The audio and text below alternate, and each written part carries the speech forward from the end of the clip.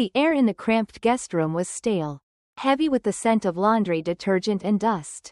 Emily Carter stirred on the narrow cot, her bare feet brushing the cold linoleum floor.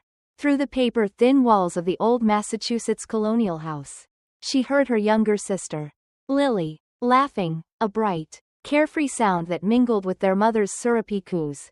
Emily squinted at the faint morning light slipping through the crooked blinds.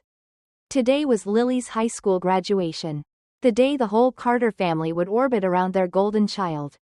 At 26, Emily was just a guest in her own childhood home, relegated to the converted laundry room because, as her mother, Diane, often reminded her, "You're only here until you figure things out."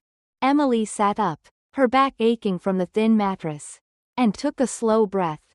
The kitchen was already buzzing with relatives, uncles, aunts, cousins, all gathered to celebrate Lily, the 18-year-old valedictorian with a full ride to Yale.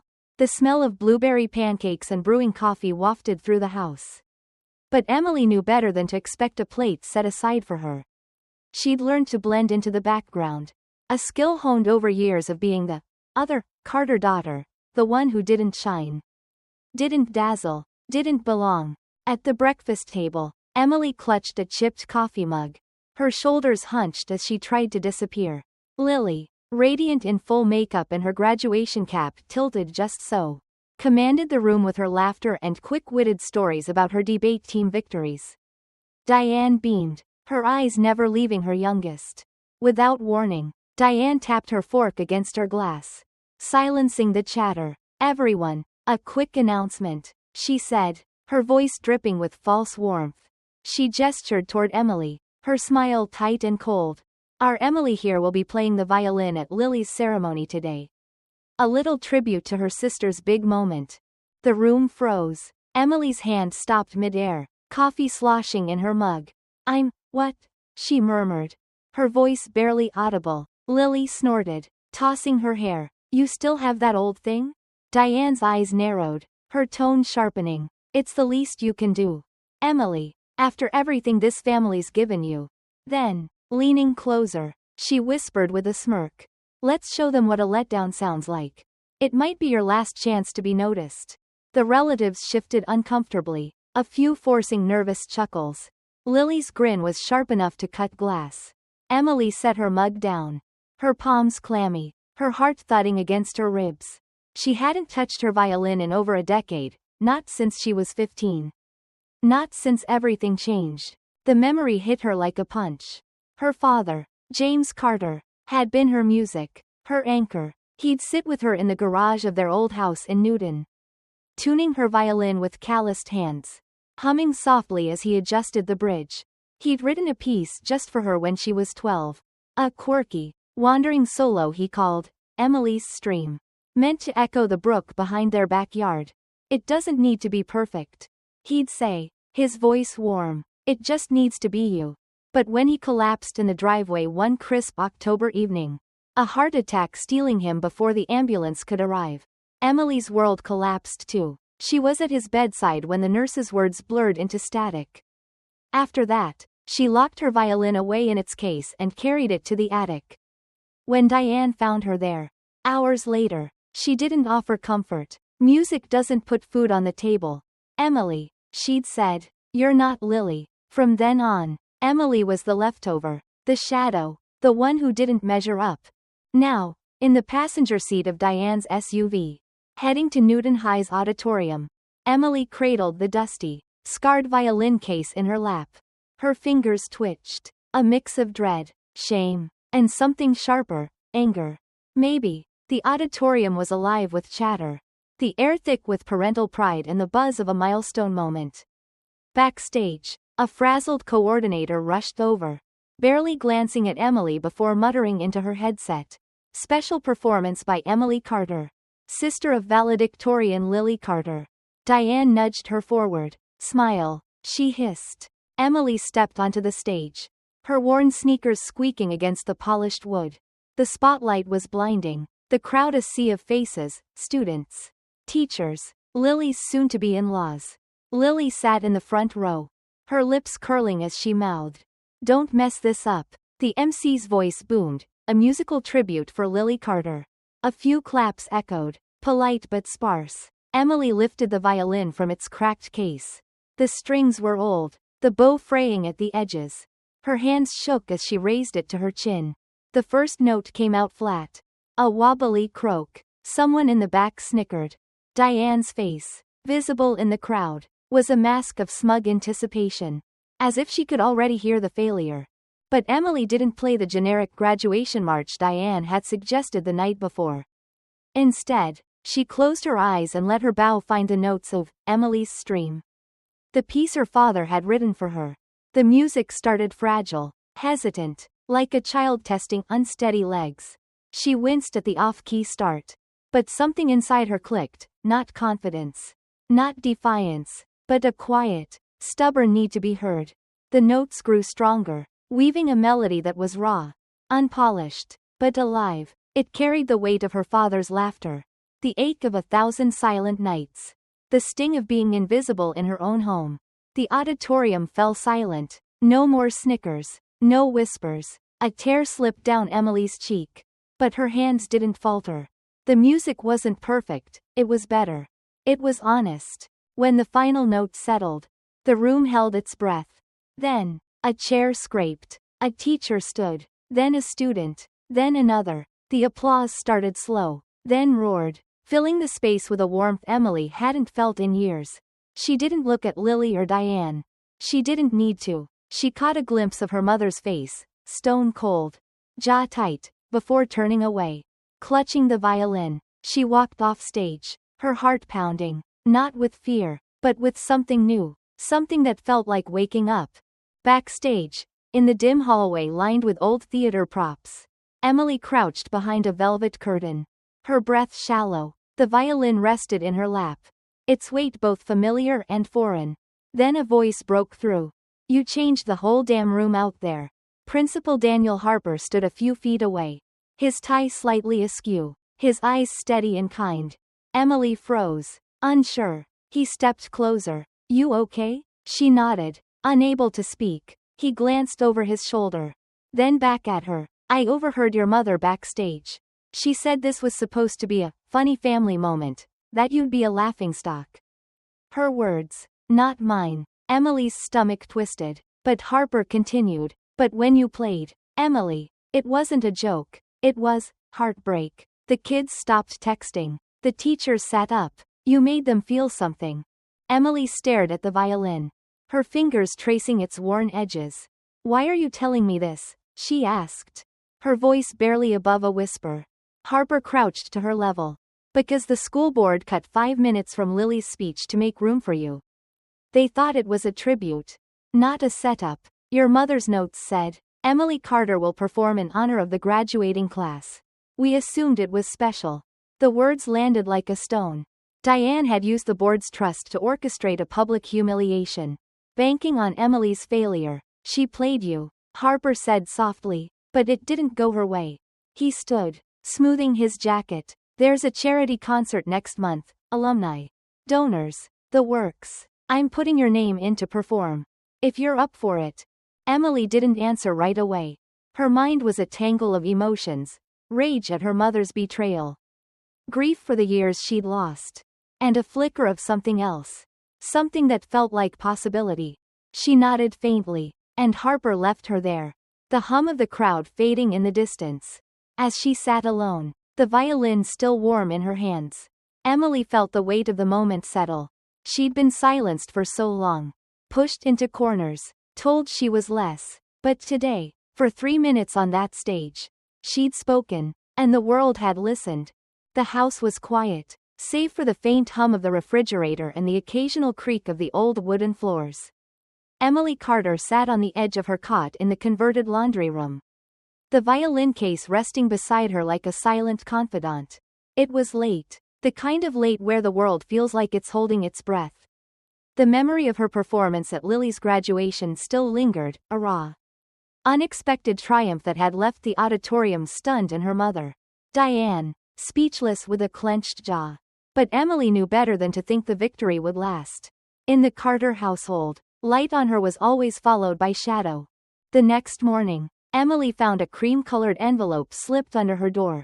The kind that screamed importance with its crisp edges and elegant script. Her name, Emily Carter, was written in neat ink. Inside was an invitation from Principal Daniel Harper. You are cordially invited to perform at the 20th Annual Newton Community Arts Benefit. Her heart skipped, not with joy, but with a wary kind of hope. She folded the letter and tucked it under her mattress, knowing nothing in this house stayed secret for long. Sure enough, Lily found it. Emily was folding laundry when her younger sister burst into the room. Her eyes gleaming with that familiar mix of scorn and satisfaction. She held the envelope like a trophy. What's this? Lily asked, her voice dripping with mock innocence.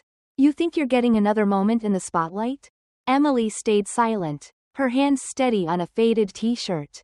Lily's smirk deepened. You're not fooling anyone, Emily. This whole tortured artist thing? It's pathetic. She tossed the envelope onto the cot and sauntered out, leaving the air heavy with her words.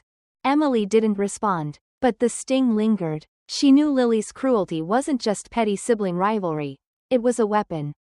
Sharpened by years of being the family's golden child.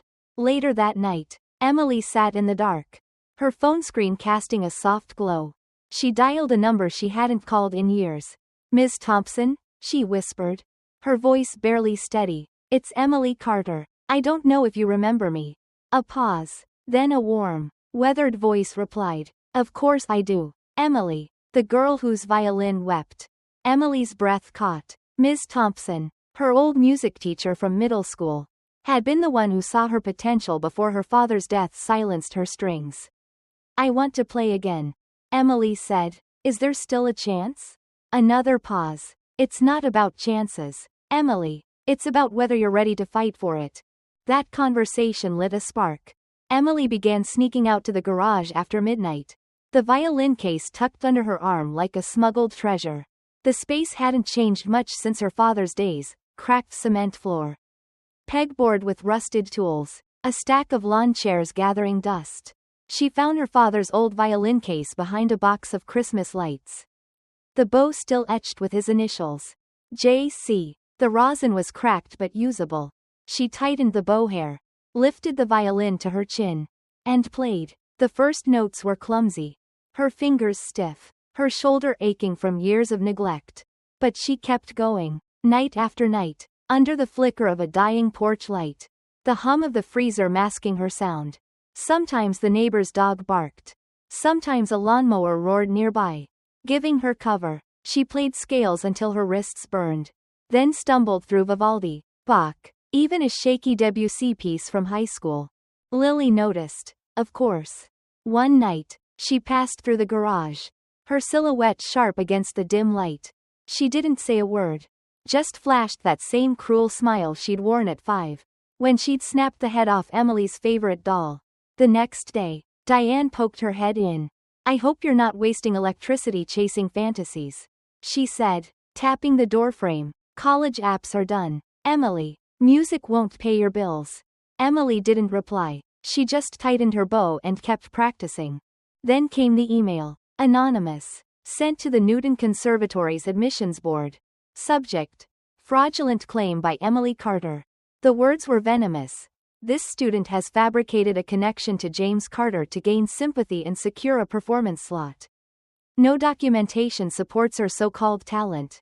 She's a fraud, desperate for attention. Emily read it in the conservatory's small rehearsal room, her hands trembling as Maestro Robert Ellis handed her the printed copy. His face was unreadable, but his voice was calm. Is this true? He asked. Emily's throat tightened, but her voice held firm. No. Everything I submitted, my father's name, my performance history, it's real. I didn't ask for pity. I played. Ellis studied her, then pulled out a faded folder. Inside were her father's notes. Sketches of a youth mentorship program he'd planned with Ellis before his death. I know, Ellis said softly, but I needed to hear you say it. The email's tone was unmistakable, Lily's.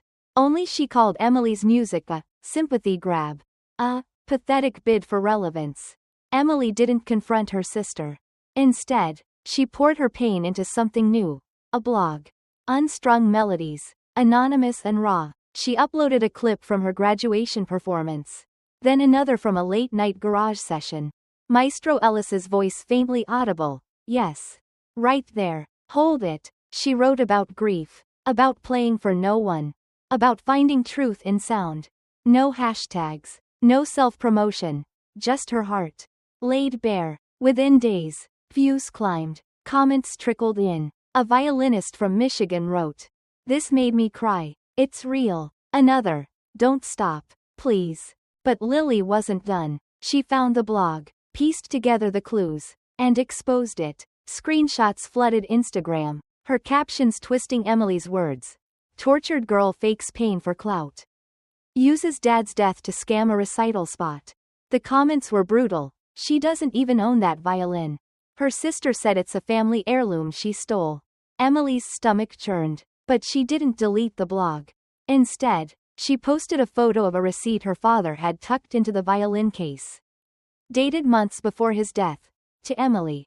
Because you always listened. Her caption was simple. He gave it to me. Not to be seen, but to be heard. The rehearsal for the community arts benefit was a disaster. Emily stepped onto the creaky stage of the Newton Civic Arts Center. Her hands unsteady from the online vitriol. The notes cracked. Her bow slipped. And a kid in the back whispered, "Is that the fraud girl?" The silence after her piece was deafening. No claps. Just pitying glances. Backstage, Emily packed her violin slowly. Each motion deliberate. As if holding herself together. Her phone buzzed with a voicemail from Diane. "You see what happens when you think you're better than us? You embarrassed yourself. Come home and stay there." But something shifted that night. A grainy video of her rehearsal surfaced online. Posted by an anonymous audience member. It caught every stumble, every cracked note, but also her refusal to stop. The caption read, "She messed up. But she finished." Views soared into the thousands. Comments poured in. "That's the kind of failure I'd pay to see again." Emily watched it 3 times. Her chest tight but unbroken. She wasn't disappearing. The day of the benefit arrived. And Emily stepped onto the Civic Arts Center stage. The crowd larger than she'd expected, locals, students, even musicians from Boston. She wore a simple black dress. Her father's violin in hand. Lily and Diane sat in the second row. Their faces unreadable. Emily didn't look at them. She played Still Here, a piece her father had left unfinished. Now completed with her own notes, a melody of grief, resilience, and quiet defiance. The music wasn't polished, it was raw, trembling, alive. When the final note faded, the hall held its breath. Then, one by one, the audience stood. The applause was thunderous, unbroken. Lily and Diane didn't move, their silence louder than the cheers. Backstage, a man in a navy coat approached. Emily Carter? Franklin Davies, dean at Northridge Conservatory. His son, a soft-eyed college freshman, stood beside him. "He cried during your piece," Davies said. The young man nodded, unashamed. "Thank you." Davies handed her a card. "Full scholarship audition. If you're interested. You've trained in something rarer than technique, grace." Emily's fingers closed around the card. Her voice barely a whisper. "I haven't played formally in years." He smiled. "You've been training your whole life." As she left the hall, Lily blocked her path. Diane at her side. "So, you're a martyr now?" Lily sneered. Emily didn't flinch. She handed Lily a printed copy of her blog posts. Every raw word she'd written. "I didn't write this for you," she said. "But you need to know. I was never trying to take your place." "That's what scared you, isn't it?" Lily's mouth opened, then closed. For once, she had no comeback. Diane started to speak, but Emily cut her off. Her voice steady. "Let them hear what strength sounds like." She walked past them into the cool night. Not triumphant, but free. The next morning, Emily woke to a flood of notifications. The recital video had gone viral, 2 million views and climbing. Comments poured in. She told a story with every note. That's what courage looks like.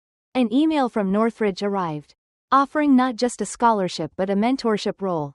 "You won't just study, you'll teach others how to survive." Emily sat back, her coffee untouched. a quiet peace settling in her chest. Later, at the conservatory, a little girl with a too big backpack ran up. "You're the violin lady from the video," she grinned, thrusting out a crumpled sheet of music. "Will you sign it?" Emily laughed, signing her name in the margin. "What's your favorite piece?" she asked. The girl shrugged. "I don't have one yet." Emily's smile widened. "Then let's write one." In a sunlit room, Emily taught her first class, 5 kids. A circle of music stands. No pressure, just possibility. The violin, once a weight, was now a bridge. She'd spent years believing silence was safety, that shrinking would protect her. But now, with every note, she was building something new, a voice that didn't need permission to be heard.